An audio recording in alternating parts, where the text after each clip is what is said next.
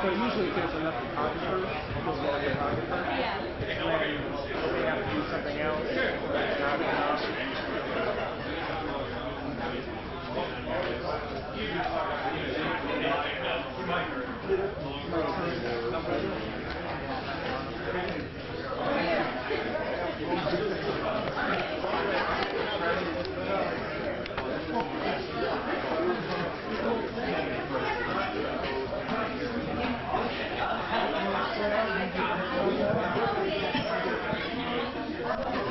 Good afternoon.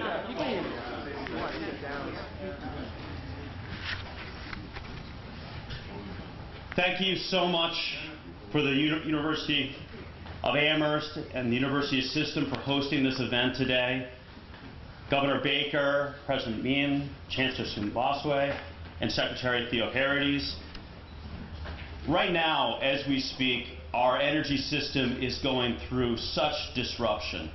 Some of that is from the situation in Ukraine, and every country right now is reinforced to look at a clean, reliable, and affordable energy system.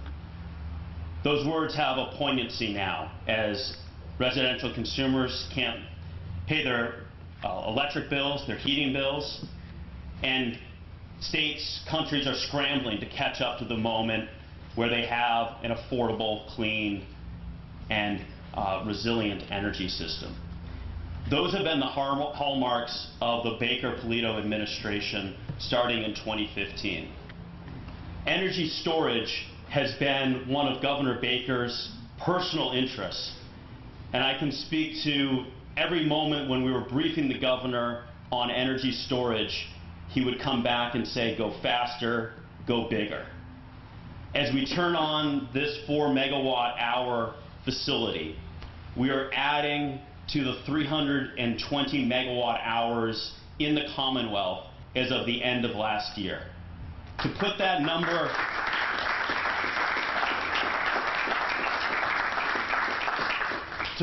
number in perspective, there was 0 in 2018.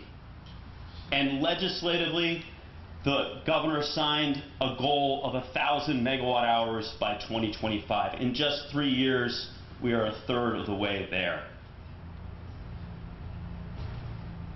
This type of project is increasingly what federal legislators, federal regulators see as imperative to incorporate a clean and reliable system.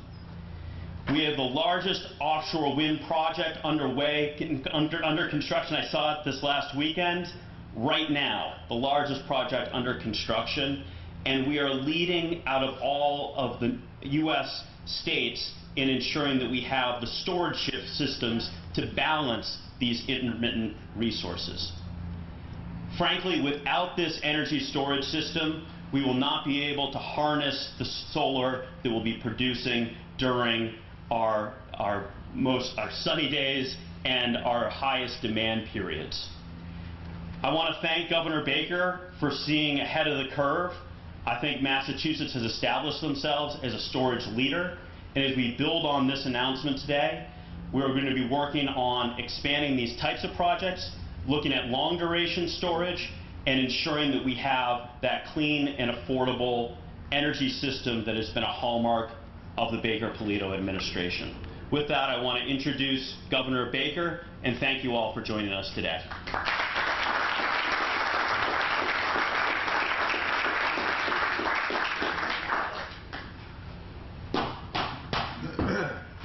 So first of all, I want to thank you all for coming, and I got to tell you, that is one cool-looking cookie that I found over there. I got 2 of them because I thought it was so cool I could only eat one and carry the other. Let me just start by thanking the President and the Chancellor for their leadership on these issues, and I also want to thank the entire public higher ed system for embracing this type of technology. These canopies are a really efficient and effective way for campuses, especially those that have a lot of what I would describe as open parking, to create an opportunity to store energy, charge batteries, and store energy that can be used for other purposes. And part of what made the storage thing such an important concept to me was the fact that if you really are going to move in a pretty big way to wind and solar, you can dramatically leverage what you get out of wind and solar if you can figure out ways to store the energy that they generate when they're delivering the highest and most significant amount of energy. And here in the Commonwealth, since the wind blows a lot, the sun shines a lot, but nowhere near enough to actually deliver on something that would work 24/7, 365, storage becomes one of those things that could be a major game player, game changer, not just in terms of what they mean for wind and for solar, but what they mean generally for the way we manage our grid overall. I mean, most people don't understand that the whole reason we have a grid in many respects is to deal with peak demand periods in the summer and in the winter. And those peak demand periods, when we have huge issues associated with making sure we can generate enough energy and enough electricity to serve people at those periods of time, those are exactly why a big part of the grid we have exists in the first place, so that we have the ability to go up a lot when we really need to and then go back down after that. And part of what makes storage, especially as a sort of medium-term play in the larger conversation about how we deal with the future of the grid, the future of energy, and the future of electricity, is the possibility it presents to actually create alternatives to the way historically people have dealt with those peak periods, which have been mostly driven by fossil fuel solutions, and in many cases by some of the worst polluting fossil fuel options of all.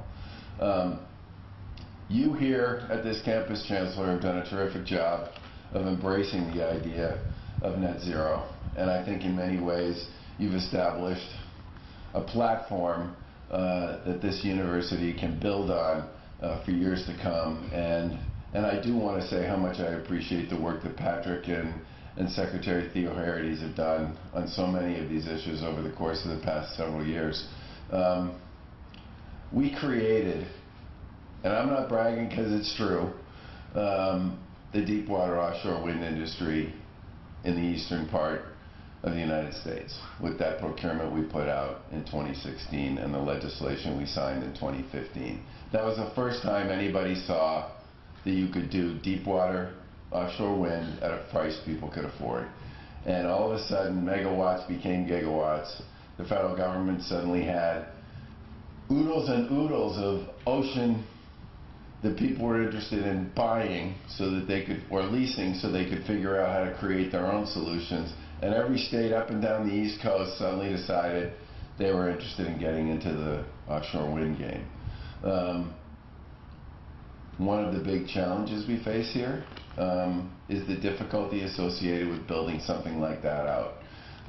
We think at the end of the day, fully built out, you're talking hundreds of transmission lines, which will create interesting debates and discussions all by themselves with respect to how you connect all that energy you're generating with what goes on the mainland. And that's another thing that makes this type of an answer such a good one. It doesn't require a lot of the other kinds of infrastructure because it's self-generated, self-stored, self-used, all in one place. And again, I want to thank the folks at UMass for stepping forward on this. We were happy to be a supporter of this initiative, not just psychologically, but financially. And this one will pay back over and over and over and over again and accrue to the benefit of the people here at UMass. So congratulations to you on this. We're happy to be supporters of it, and I just have to decide if I'm going to eat this or just carry it around and hold it to people and say, hey, I was at UMass today. Thank you.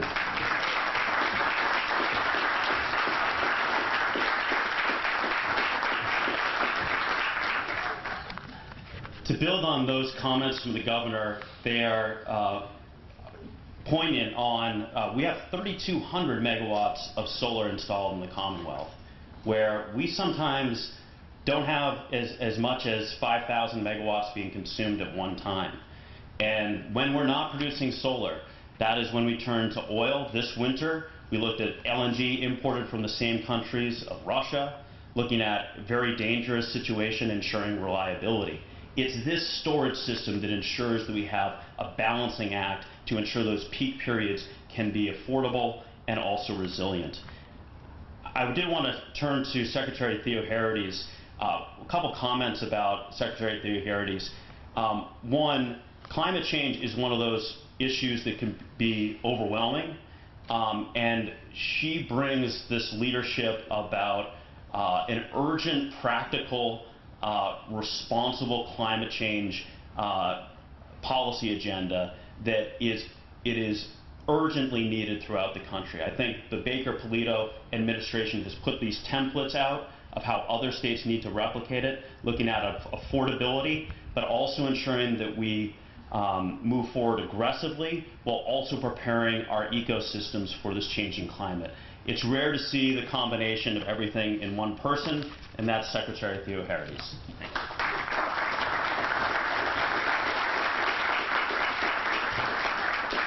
Thank you, Commissioner, for the very kind words. It is great to be at UMass Amherst with all of you today. Chancellor, President, terrific to be here. The entire UMass system and our state universities and community colleges in general have been such key partners in our net zero planning and preparedness and in our work under the Baker-Polito administration to build resiliency across the state. And I think this project demonstrates both pieces of that. But as the Commissioner noted, since coming into office in 2015, the Baker-Polito administration has worked to build just these kinds of partnerships. And one of the ways we do that is with our Department of Energy Resources Leading by Example program that creates these partnerships with our state agencies, our authorities, our quasi-agencies, and public institutions just like the UMass system. And I think there's a real opportunity in the higher education space where you have both significant infrastructure, significant energy demands, and also a real demand from the student body to start deploying these solutions. And I know, Chancellor, that's what you've seen as you set your course for net zero planning, is the students said, how can we do this faster? How can we do it tomorrow? We can't do it quite tomorrow, but we want to hit that spirit that they have of solving these problems and deploying them right here on their campus as an opportunity to learn, but an opportunity to see these solutions in action. In addition to, so this is a $1.1 million Leading by Example grant and a 4 megawatt solar canopy, and we'd like to see solar panels over parking lots. Great place to put them. My preference over green space solar. But this includes new electrical vehicle charging stations with pre-wiring for additional stations as our electric vehicle fleet builds out in the Commonwealth. So one of the big things we've been trying to do, and that the governor just filed $200 million for in his Mass Track bill, is to expand the charging infrastructure we have for electric vehicles. So as we're making energy from the sun and the wind, we can plug in our buildings and our cars and vehicles to this energy. As of March 2022, state entities have installed 288 electric vehicle charging stations. And again, this is crucial. We have more to do. We're really urging the legislature to pass our Mass Track bill with that $200 million in it, specifically for charging. Out here in places like Western Mass, that charging infrastructure becomes critically important to eliminate some of the range anxiety people feel around owning these new vehicles. Right across campus, there's a battery storage unit installed that received another $1.1 million of support from the ACES program that Patrick mentioned through our Clean Energy Center. And as both the governor and the commissioner noted, we felt very strongly that storage was a key part of this transition, and so we committed the funding and the target to getting there by 2025. Another piece of this project that I wanted to highlight is that it's very important from a resiliency perspective. And as we're seeing more storms, climate change, microbursts, tornadoes out here in Conway a couple of years ago. Having a resilient system for emergency response and shelter is a critical part of that preparation. And so this interconnected system right here serves the Mullen Center, which is the regional emergency center for Hampshire County's 160,000 residents, and a place that can go where there will be power from the system in the event of a significant power outage. I'm a Western Mass native. I don't know how many of you remember the ice storm from 2011, but my parents were actually coming down to this part of the world to find showers after 2 weeks of not having electricity in their homes. But I just wanted to reflect on the partnership that this represents. It's these types of partnerships we are chasing as we chase our net zero targets. We want to get there in a way that is affordable, that builds innovation, that builds good, well-paying jobs in our communities, and that inspires the generation of students that we have here to get into this space in clean energy. Clean energy is responsible over the last decade for 23% of all newly created jobs, and we expect that number to jump up. But a key piece of ensuring that happens is the governor's recently filed Forward Act, which would devote $750 million to climate and clean energy innovation and make sure that that innovation stays here in the Commonwealth. So it's not just developing the solutions, but it's building the jobs and the workforce to really center clean energy in the same way that we've done in the life sciences and in many other fields in Massachusetts. So for those of you who have an opportunity to talk to the legislature in the coming days, I would urge you to voice your support for this kind of innovation. It's an opportunity for our students and our workforce and for Massachusetts to really lead the country and the world in this kind of innovation. So thank you very much, and I'll turn it back to the Commissioner.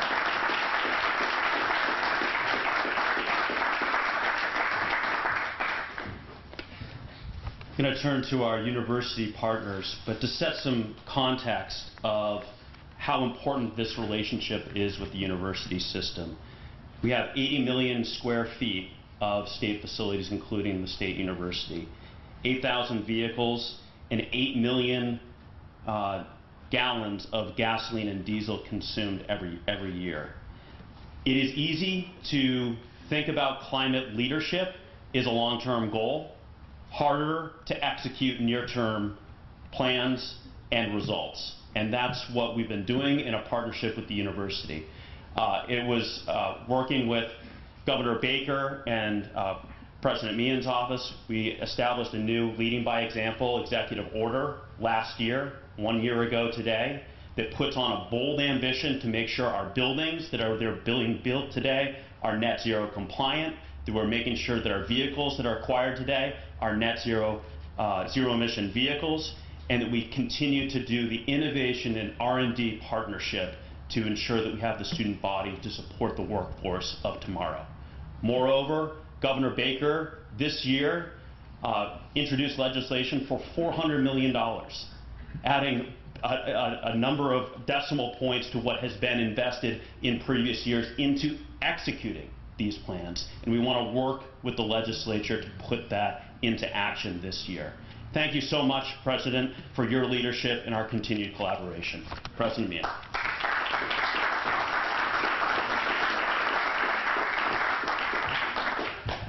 Thank you very much, Commissioner. I'm delighted to be here. We're delighted to have the governor here. We were in Westover earlier today, and we're doing this event, and then we're going to the Kennedy Athletic Center next to meet with the championship women's basketball team at UMass, and then we're going to meet with the new coach of the men's basketball team and the men's basketball team. And I can't wait to see the governor shoot a basketball. I've been waiting for this for a long time. First thing I want to do is congratulate Chancellor Subbaswamy and his leadership team and the entire UMass Amherst community for committing to their UMass Carbon Zero plan last week. Make no mistake about it, this is a bold undertaking. It also is one that recognizes our collective obligation to young people, our children, and generations to come who will be inheriting this planet very soon. This is a loud and ambitious statement about the urgency of the challenge that we face. So I applaud you, Swamy, and your team for your leadership. Today we celebrate smart, strategic investments designed to meet this challenge and to bring us closer to a carbon zero world. We are honored that Governor Baker and the Commissioner and the Secretary are here to show their commitment and to celebrate with us, and we are thankful for the focus that this administration has put on renewable energy.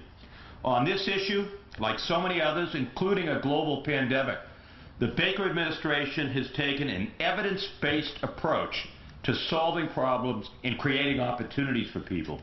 The battery storage unit is funded, as the Secretary mentioned, by a $1.1 million grant for the Massachusetts Clean Energy Center as part of the Advancing Commonwealth Energy Storage Project, and recognizes that battery storage technology must be a big part of any carbon footprint reduction plan. And the $1 million grant that was mentioned, the Massachusetts Department of Energy Resources to support Solar Canopy Initiative, is a statement that solar energy must be part of a bigger plan for our future energy portfolio. In both cases, the results will be cleaner, more efficient energy, and will also create more knowledge. We will learn from these projects, and they will help us develop an even cleaner, more efficient, and affordable energy future. So my thanks again to the Governor, to the Secretary, and to the Commissioner, and we enjoy and embrace the partnership with this administration on every level. Thank you.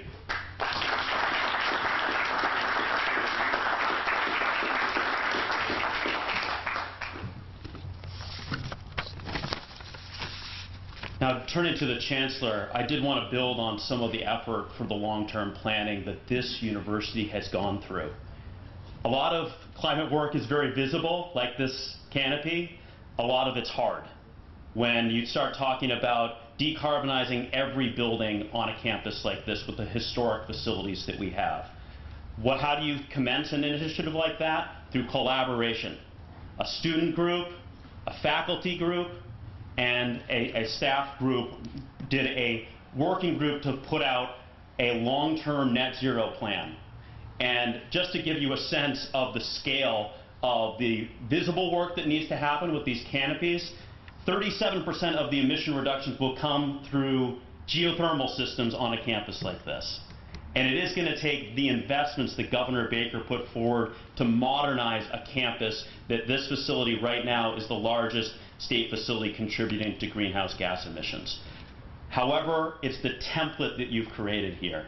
It can be an antagonistic planning. There's an urgency to get this done. Harnessing the student body to be a partner in this, I think, is exactly how we need to go forward on every university campus in the Commonwealth. I want to congratulate the Chancellor for leading that effort and commit to being a partner going forward to build on the projects we have behind us. Chancellor.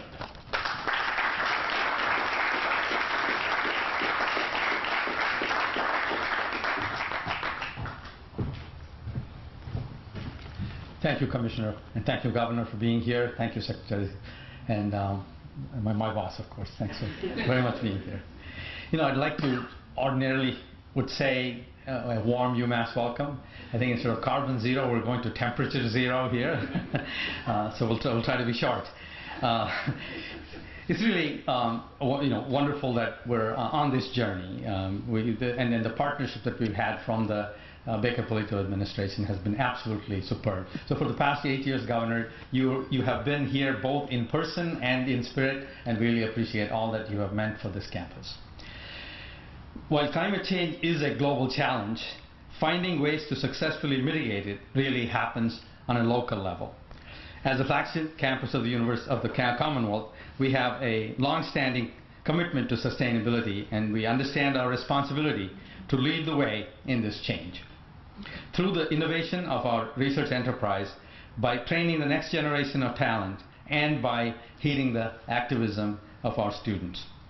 Given our size, as you've heard, UMass Amherst generates approximately 20% of the overall greenhouse gas emissions of Massachusetts public facilities, and making us the single largest contributor among state entities. So it's our responsibility to also be the first to mitigate that. This past Friday on Earth Day 2022, as you've heard, we unveiled the UMass Carbon Zero, our ambitious vision to limit the dangers of climate change and power the Commonwealth's 1,500-acre flagship campus with 100% renewable energy by approximately 2032. We're taking this bold step in support of states' commitment to achieving net zero greenhouse gas emissions by 2050. We plan to be a leader in the Commonwealth's carbon mitigation efforts while serving as an international model for the other large research university campuses as they embark on their own energy transitions. We're acting locally and influencing globally. This afternoon, we're recognizing critical tools in achieving our carbon mass zero vision. Our major solar energy initiative consists of over 15,000 photovoltaic panels across the campus.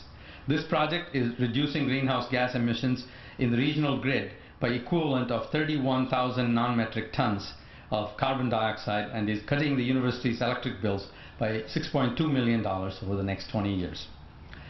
And our battery storage system provides power that would otherwise be purchased from the power grid at premium rates.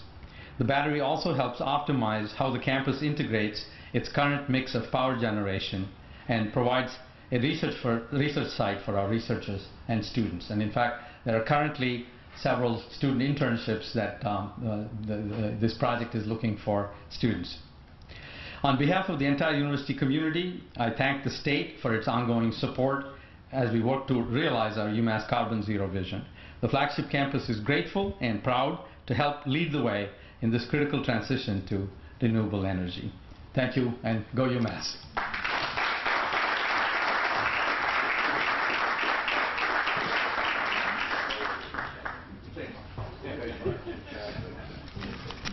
Just a few concluding remarks. Thank you so much for those comments. Internships. The Department of Energy Resources usually hosts 3 or 4 students from the UMass system, and I have to say, we gain more from their contributions than we provide to them. One is the amount of commitment and passion to these topics that we're seeing from the university system, and 2, the high caliber that we're seeing. This is not something, energy can sometimes be something that you learn after school, no more. We're creating multidisciplinary programs that really create the workforce for policymakers of the future. I want to thank the Leading by Example program, Eric Friedman, who's, I believe, here with us today. Eric, thank you for all your efforts on this.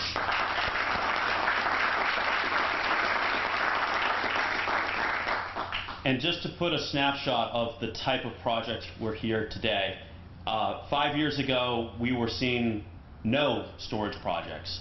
Now, every solar project in the Commonwealth is part of our solar program, larger than 500 kilowatts, this is 1 megawatt, has to be paired with storage. And the solar developers are saying this is part of the future. This is part of pairing solar and storage to create a product that works for ratepayers, that works for our environment, and builds into a net zero economy. It's happening right here on this campus today, and will have to be replicated throughout the Commonwealth going forward. Thank you very much for hosting us today, and I hope this is the first of executing a long-term net zero partnership with the Chancellor and the student body. Thank you very much.